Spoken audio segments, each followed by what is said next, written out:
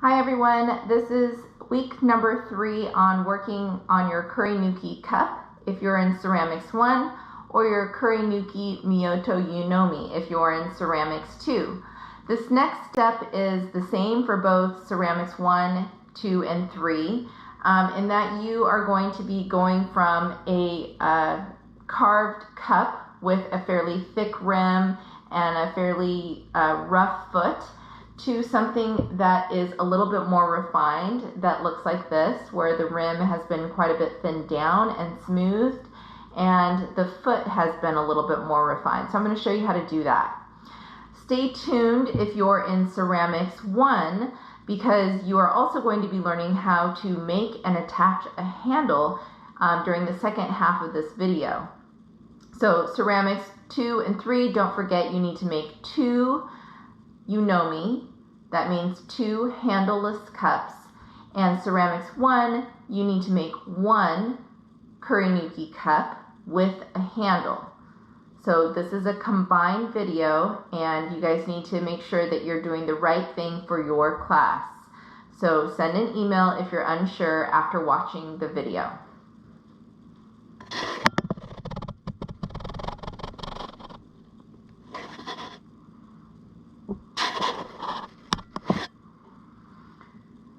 Alright, so this next step is the same for both Ceramics 1, 2, and 3. You have all made a Kurinuki cup and you've all sketched out how you want the foot to interact with the cup.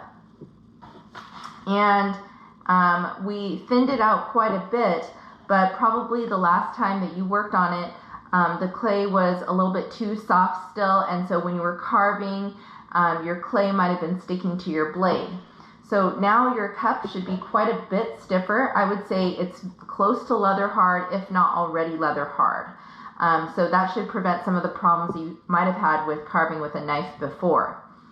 The first thing that we want to do is thin down the rim, and I'm going to cut a 45-degree angle corner off of this rim here. So just very slowly cutting 45 degrees with the knife. And as I am cutting on the rim, I'm turning the pot. So you can see that I'm holding the knife very still, but I'm turning the pot with my hand.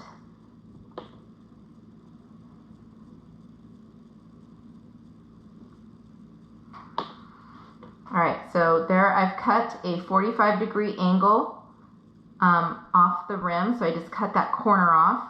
And now I'm going to cut a little bit deeper, creating a more beveled curve rather than a line or a plane. So I'm cutting inside that 45-degree, like towards the inside of the cup. And again, I'm just turning and holding the knife still.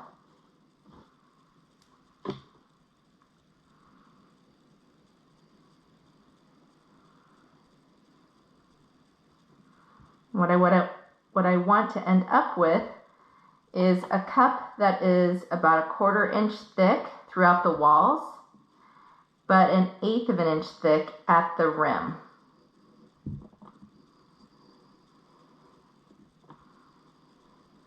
So essentially what I'm doing is tapering the wall so that its thinnest point is at the rim.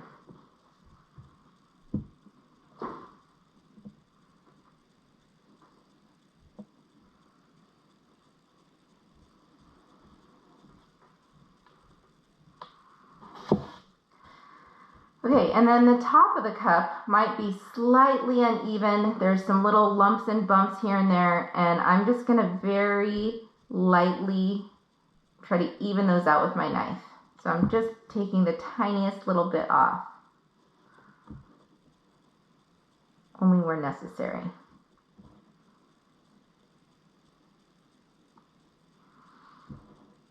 And the goal isn't to make something that's perfectly level. I mean, it doesn't have to be perfect. This isn't thrown on the wheel, and some variations in the surface are actually desirable in Kurinuki because it gives it the feeling and the appearance that it's been carved from a block of stone once it's fired. So that's kind of nice to have that slight variation. It's like holding a river rock. There's a really pleasant feeling about doing that. So we don't want any sharp edges, but we also don't need it to be perfect.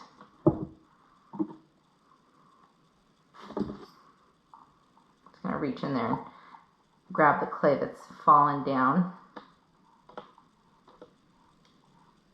All right, so that's what the inside of my cup looks like, and the rim is quite a bit thinner than it was.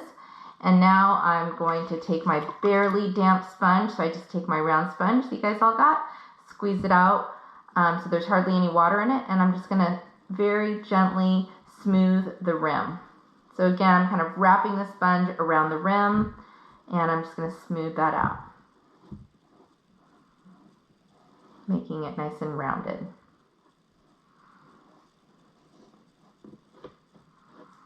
Okay, I'm going to do the same thing on the foot, but I am going to leave enough clay there that it works as a structure to hold up the pot.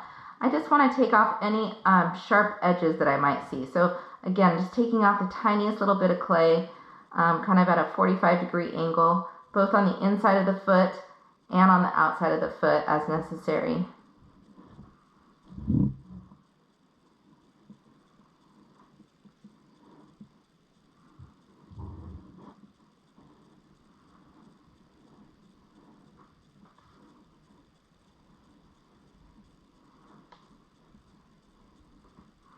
Here we go. And again, take your barely damp sponge and you're just going to round the foot, softening those edges from cutting with a knife.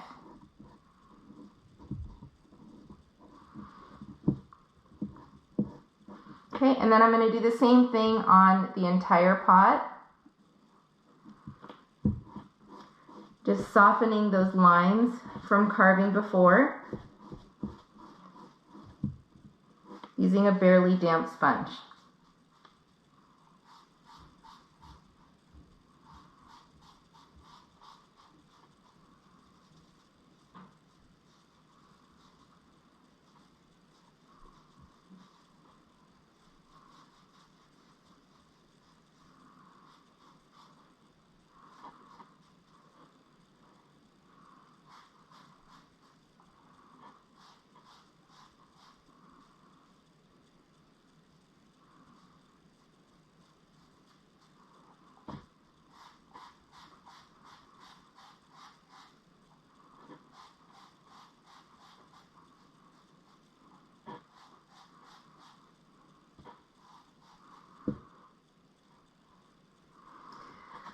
All right, if you are in ceramics 2 or 3, you want to end up with 2 of these.